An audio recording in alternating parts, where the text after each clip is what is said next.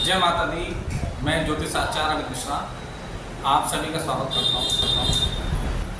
बहुत सारी चीज़ें आप लोगों को बतानी है, बहुत टाइम से बता भी नहीं पा रहा हूँ, तो उस चीज़ों को थोड़ा समझने के लिए हमें एक बार फिर से आप लोगों को लेके चलता हूँ। आइए, आपको कुछ चीज़ें दिखानी है, थोड़ा समझिए उनके बारे में। आइए।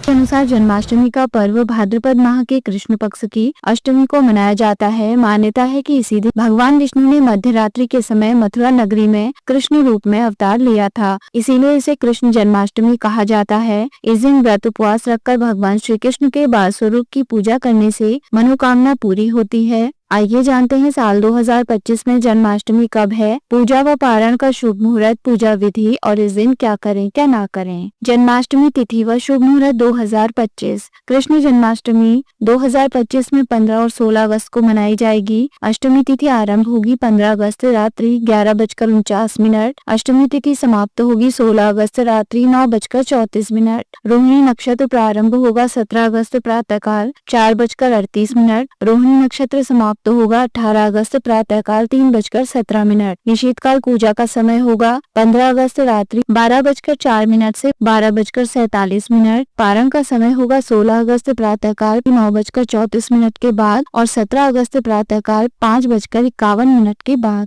जन्माष्टमी व्रत किस प्रकार से रखना है।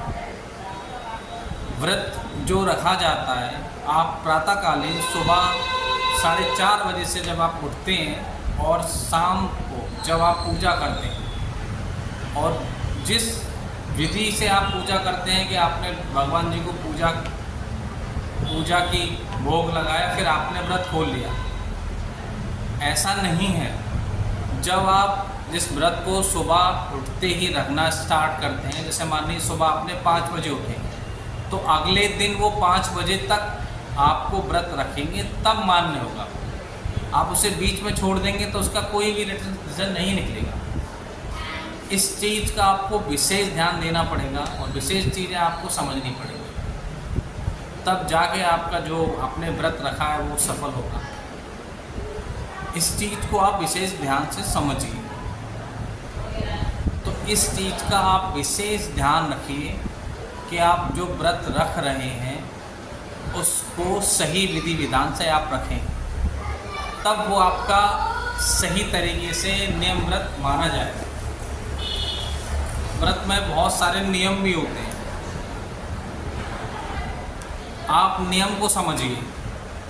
सबसे पहला नियम, आप व्रत रख रहे हैं तो आप झूठ नहीं बोलेंगे, आप क्रोध नहीं करेंगे, आप किसी से फालतू बातें नहीं करेंगे, और हो सके तो दूसरों से झगड़े भी मत करिए। अगर आप व्रत हैं तो इन चीज़ों का आप विशेष ध्यान रखिए कि आपने व्रत तो रख लिया, आप झूठ भी बोल रहे हैं, गुस्सा भी हो रहे हैं, बच्चों को पीट भी रहे हैं, मार भी रहे हैं, इन चीज़ों से आपका व्रत खंडित होता है। वो व्रत रखने का मतलब ये है कि उपवास, अपने तन मन दोनों का उपवास रखा जाता है कि आप भोजन के प्रति आपको ज़्यादा भोजन की भूख नहीं लगेगी। आप जो सादा भोजन है, फल फलारी हैं, वो आप खाएंगे। और यहाँ तक आप अपने वचन यानी जो वाणी है, आप वाणी को भी बहुत मीठे से बात करेंगे।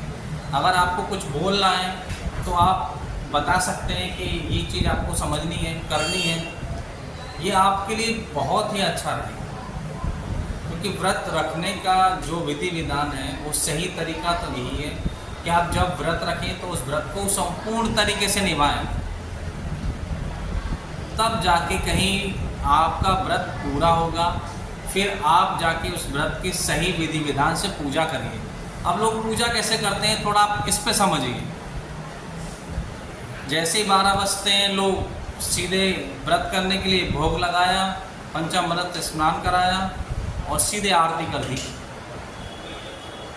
जब आप पूरे दिन व्रत रखे हैं, आपने व्रत रखा है, उसको विधि विधान से 12 बजने के बाद आप थोड़ा हरि नाम जप कीर्तन करिए, नाम जपिए। फिर जो आप पूजा जो आपने थाली लगाई है उसको विधिवत तैयार करें और फिर एक लय के साथ आरती गाएं। जल्दीबाजी ना करें, आप जितना हो आराम से आप पूजा पाठ करें और जो भी आपके मन में इच्छा है उस इच्छा को आप अर्घ दे के पूरा करें। अर्घ चंद्रमा का इसमें अर्घ दिया जाता है। बहुत से लोग जानते होंगे इस बात को कि कृष्ण जी के व्रत को रखने के बाद चंद्रमा को अर्घ देना बहुत ही शुभ माना जाता है। तो आप इस चीज़ का विशेष ध्यान रखें कि आपने पूजा कर ली, आरती कर ली, भोग लगा दिया, प्रसाद खा लिया। प्रसाद खाने से पहले आप चंद्रमा के दर्शन करिए और अपनी जो मन में तन में जो भी परेशानी है आप चंद्रमा से बोलिए, उनको बताइए कि हे प्रभु चंद्रदेव, हमारी जो जीवन में परेशानियां चल रही हैं इनका आप निवारण हमें दीजिए। आपकी बहुत सारी चीज़ें समस्याएं तो उनके दर्शन करने से ही हो जाएंगी, क्योंकि उस दिन चंद्रमा के दर्शन करना ही अपने आप में बहुत बड़ी बात होती है। दर्शन ही नहीं हो पाते बहुत से लोगों को, क्योंकि उस दिन जिस प्रकार बारे बसते हैं आपने देखा होगा, कभी बारिश पड़ जाती है, कभी बादल ढक लेते हैं, तो चंद्रमा के दर्शन, चंद्रदेव के दर्शन होना ही बहुत बड़ी बात है। तो आप कोशिश करें कि चंद्रदेव के दर्शन करें और अपने इस व्रत को संपूर्ण व्रत बनाएं। बाकी आप लोगों के कोई सवाल हो तो आप मुझे सवाल कर सकते हैं कि पूजा पाठ में जो भी हो। आप मेरे इंस्टाग्राम पे भी आ सकते हैं और मेरे यूट्यूब पे। जय माता।